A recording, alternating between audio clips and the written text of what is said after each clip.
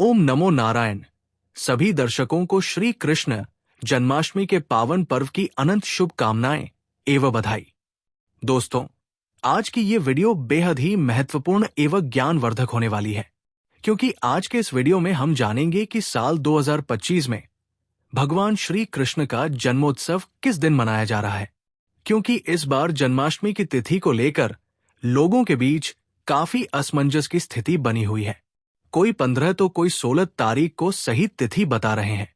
ऐसे में हम आपके लिए हर बार की तरह इस बार भी वैदिक पंचांग समेत अन्य सभी पंचांगों से सही तिथि निकाल कर लाए हैं, जिसे आपको जरूर जानना चाहिए। साथ ही जानेंगे जन्म उत्सव का व्रत कब रखना है, व्रत कब और कैसे रखें, व्रत के दौरान किन नियमों का पालन आपको करना है, कान्हा जी की पूजा, लड्डू गोपाल जी की पूजा कैसे करनी है, इस दिन किन चीजों का भोग लगाना है और कौन सी चीजें भूलकर भी आपको इस दिन नहीं खानी है। साथ ही हम जानेंगे कि इस दिन आपको किन कार्यों को जरूर करना चाहिए और कौन से ऐसे कार्य हैं जो इस दिन आपको भूल कर भी नहीं करने चाहिए। इसलिए दोस्तों, भगवान श्री कृष्ण जी की कृपा अपनी जिंदगी में प्राप्त करने के लिए इस वीडियो को शुरू से लेकर अंत तक बिना भगाए पूरा जरूर देखिएगा, क्योंकि हो सकता है कि बिच बिच से वीडियो को भगाकर देखने से हो सकता है कि कोई जानकारी आप सभी से छूट जाए, जिससे आप इस महापुण्य तिथि पर भगवान की विशेष कृपा से वंचित रह जाएं। इसलिए भक्तों, वीडियो को शुरू से लेकर अंत तक पूरा जरूर देखिएगा। दोस्तों, वैसे तो हिंदू पंचांग के अनुसार हर वर्ष भाद्रपद मास के कृष्ण पक्ष की अष्टमी तिथि को भगवान श्री कृष्ण का जन्मोत्सव मनाया जाता है। यह साल की सबसे बड़ी और महत्वपूर्ण में से एक मानी जाती है। शास्त्रों के अनुसार जन्माष्टमी का व्रत समस्त दोषों को हरने वाला और समस्त सौभाग्य प्रदान करने वाला माना जाता है। शास्त्रीय मान्यता है कि जो भी व्यक्ति इस एक जन्माष्टमी के व्रत को रख लेता है, उसे जीते जी सभी भौतिक सुख सुविधाएं प्राप्त होती है। एवं व्रत के प्रभाव से ऐसे लोग 84 लाख योनियों में भटकने की जगह सीधे भगवान श्री कृष्ण के परमथा यानी कि गोलों को जाते हैं।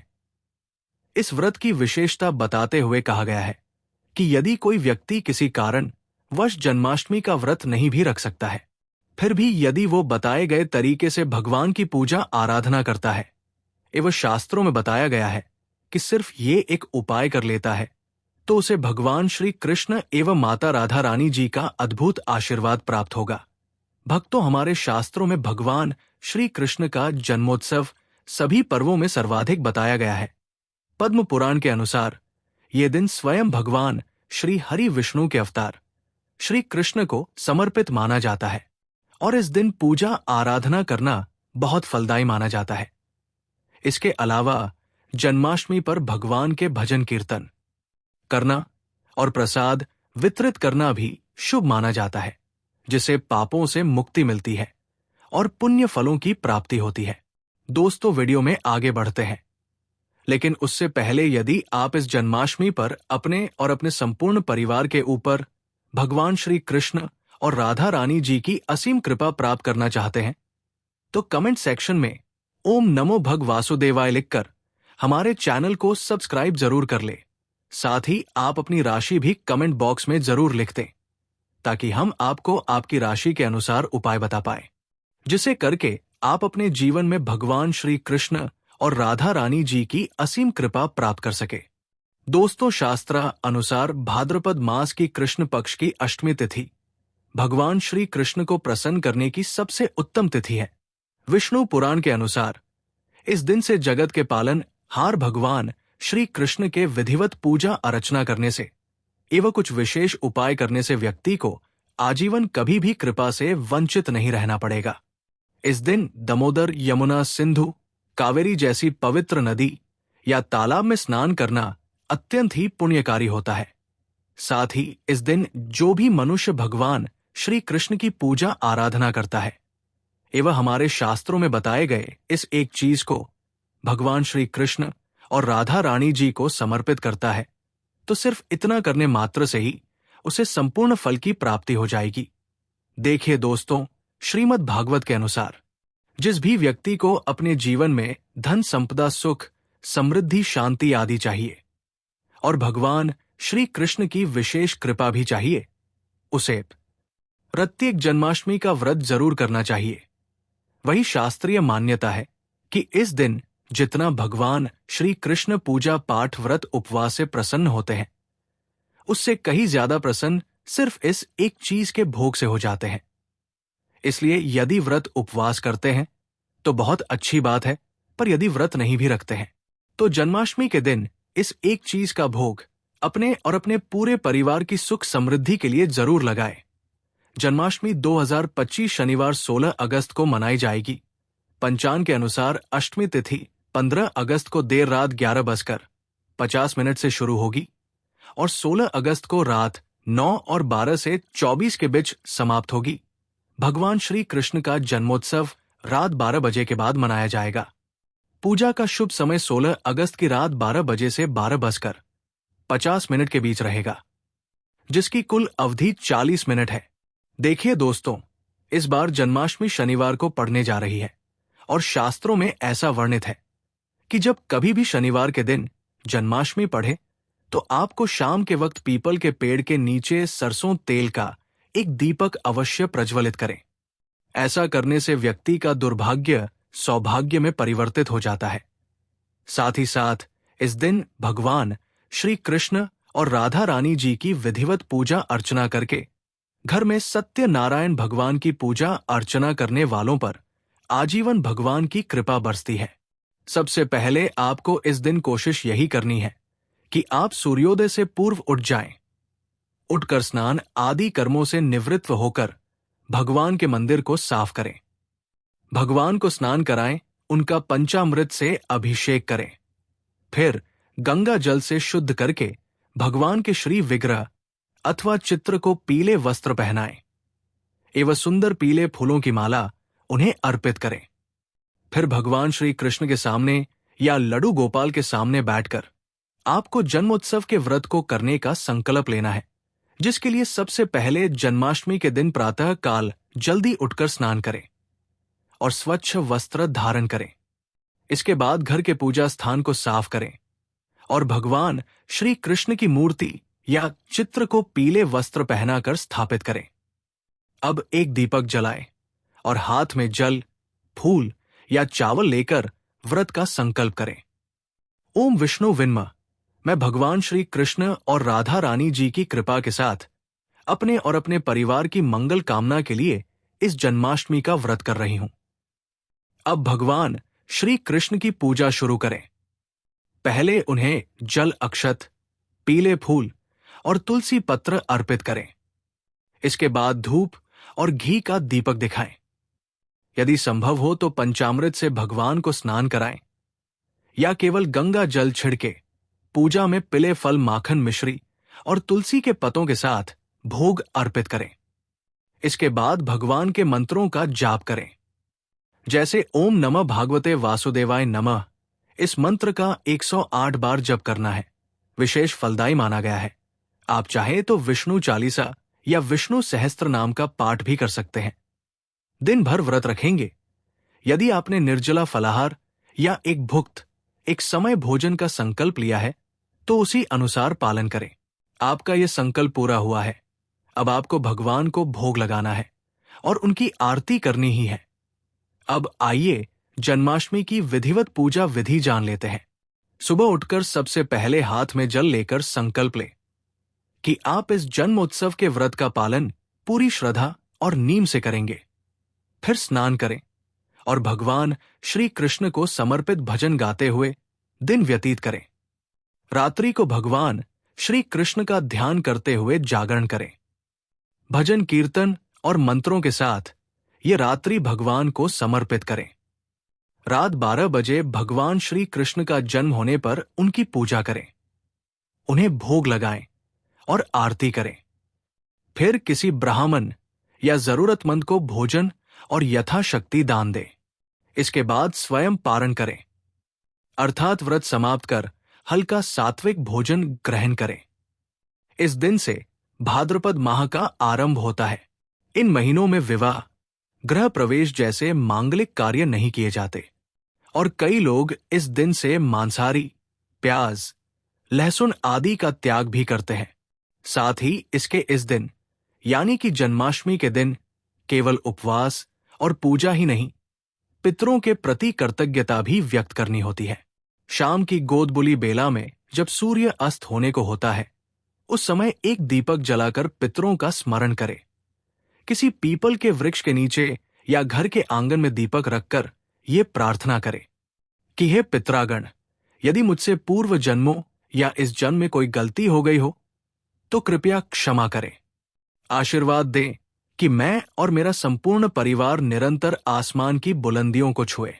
अगर आप किसी नदी, सरोवर या कुंड के पास है तो वहीं स्नान करें और सूर्य को अर्घ्य अर्पित करें। यदि आपके पास समय कम हो या नदी जाना संभव न हो तो घर में स्नान करते समय जल में कुछ बूंदे गंगा जल की मिला लें। इससे भी गंगा स्नान के समान पुण्य प्राप्त होता है। इस दिन का उपवास रखा जाए तो उसका पुण्य हजारों वर्षों की तपस्या के बराबर होता है। ये जन्माष्टमी स्वर्ग प्राप्ति का द्वार खोलती है और जीवन का सभी बाधाओं को हरती है। भक्तों, सनातन धर्म में जन्माष्टमी तिथि को सर्व कल्याणकारी और नाश पापनी बताया गया है। ये एक ऐसा दिन होता है जब पूरे भारतवर्ष से श्रद्धालु कृष्ण जन्माष्टमी में शामिल होते हैं। इस दिन प्रयागराज के संगम, हरिद्वार की गंगा, उज्जैन की क्षिप्रा, नासिक की गोदावरी या किसी भी पवित्र नदी में डुबकी लगाकर किए गए स्नान और दान को अत्यंत फलदायी बताया गया है। शास्त्रों में कहा गया है कि इस दिन भगवान श्री कृष्ण की विशेष कृपा उनके हर भक्त पर बरसती है जो सच्चे हृदय से व्रत और पूजा करता है। इस पावन दिन की शाम पितरों के नाम पर दीपक जलाना भी एक महत्वपूर्ण परंपरा है। ये दीपक पितरों की आत्मा की शांति के लिए प्रज्वलित किया जाता है। तो आइए भक्तों, अब हम इस वीडियो में आगे बढ़ते हैं और आपको विस्तार से एक एक जानकारी बताते हैं। कृपया वीडियो को अधूरा ना छोड़ें। कई लोग सिर्फ भागों में देख लेते हैं और फिर कहते हैं कि उन्हें फल प्राप्त नहीं हुआ। याद रखिए, आदि श्रद्धा और अधूरा समर्पण कभी पूर्ण फल नहीं देता है।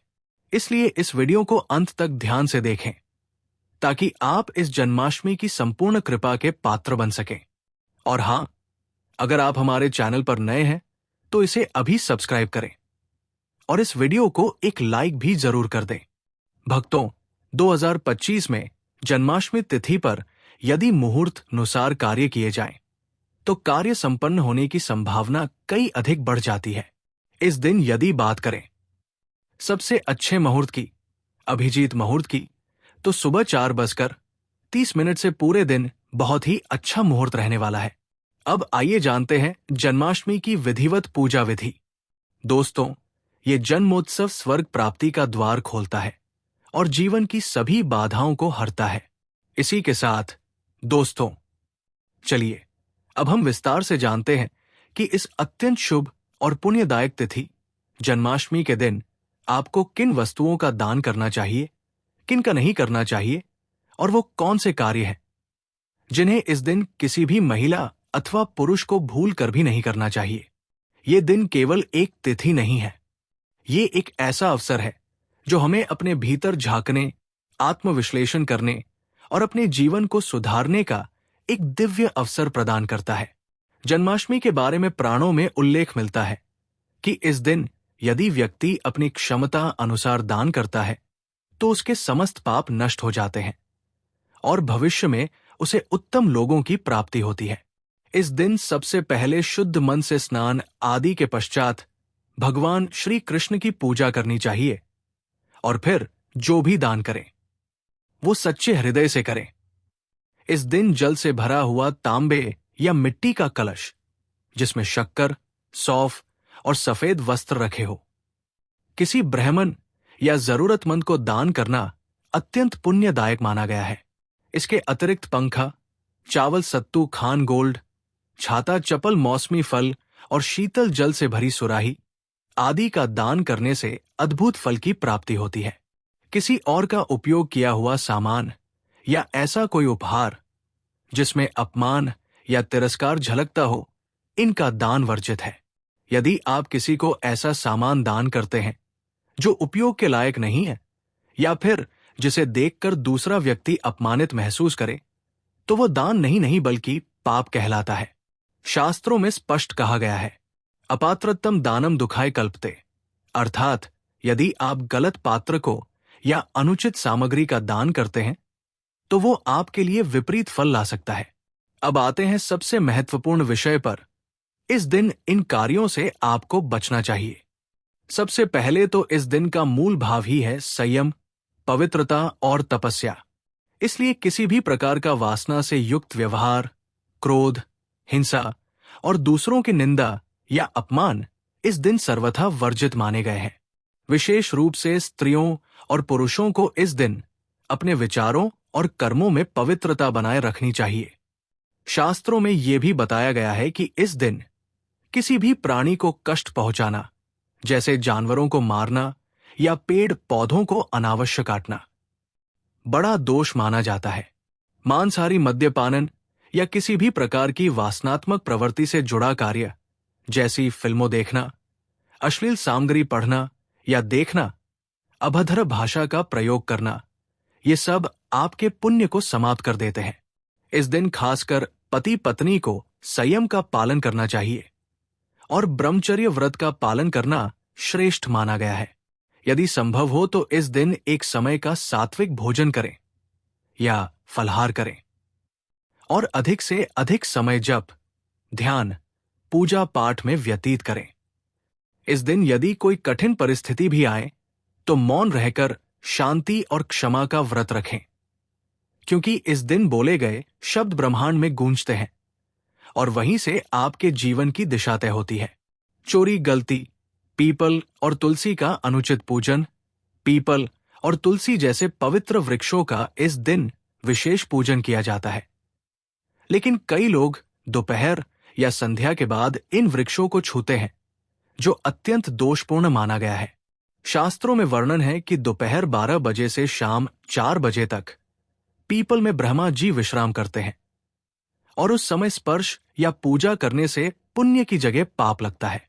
इस दिन घर को पूर्ण रूप से साफ रखें, झाड़ू पोछा करके घर को सुव्यवस्थित करें। जूते चप्पल को मंदिर के पास या रसोई में भूल कर भी न रखें। यदि घर गंदा रहता है, वस्त्र बिखरे रहते हैं, तो देवी लक्ष्मी का प्रवेश रुक जाता है। साफ सुथरे और सुवासित स्थानों पर ही इस बारे में बात करते हैं।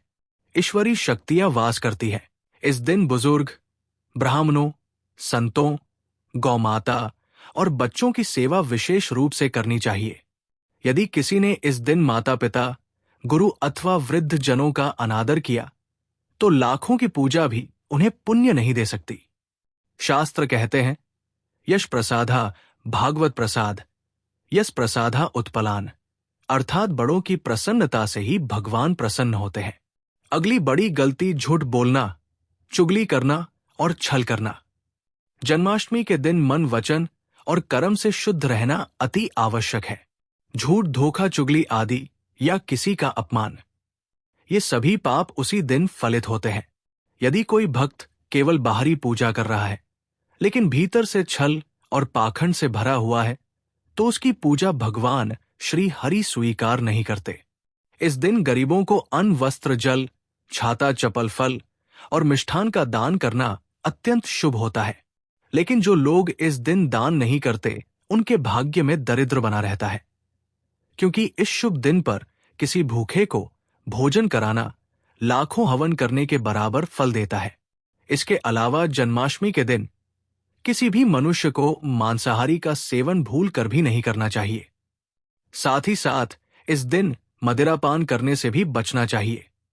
हो सकता है कि आप ये बात जानते होंगे, लेकिन दोस्तों 99% हिंदू भाई बहनों को ये नहीं पता है कि इस जन्माष्टमी के दिन यदि आप व्रत करते हैं तो अच्छी बात है, पर यदि व्रत किसी कारणवश भी नहीं कर पाते हो या घर में कोई ऐसे सदस्य है जो व्रत नहीं रख सकते हैं तो उन्हें भूलकर भी इस दिन बैगन की सब्जी, मसूर की दाल, मूली, प्याज, लहसुन, शलजम, गोभी और सेम का सेवन नहीं करना, क्योंकि दोस्तों जन्माष्टमी तिथि में इन सभी चीजों को खाना इनमें तमोगुण होने के कारण मांस को खाने के बराबर है। शास्त्रानुसार इस दिन तो आपको इन सभी चीजों को खाना तो दूर, स्पर्श भी नहीं करना चाहिए। इसलिए दोस्तों, जन्माष्टमी के दिन आप या आपके परिवार के कोई भी सदस्य व्रत रखे या न रखे, पर इन सभी चीजों का सेवन न करे। जन्माष्टमी के दिन पूर्ण सात्विक भोजन ही करे। यहां तक कि जो लोग पान अथवा पान मसाला, गुटखा, सिगरेट आदि चीजों का सेवन करते हैं, उन्हें भी कम से कम एक दिन इन नशीली चीजों से दूरी बनाकर रखनी चाहिए। इस दिन किसी भी प्रकार की नशीली चीजों का सेवन करने से घर में अशांति आती है और भगवान श्री कृष्ण नाराज हो जाते हैं। भक्तों, आपको ये जानकारी कैसी लगी? अगर आपको ये जानकारी अच्छी लगी हो तो इस वीडियो को एक लाइक करके कमेंट में जय श्री कृष्ण जरूर लिखें। धन्यवाद।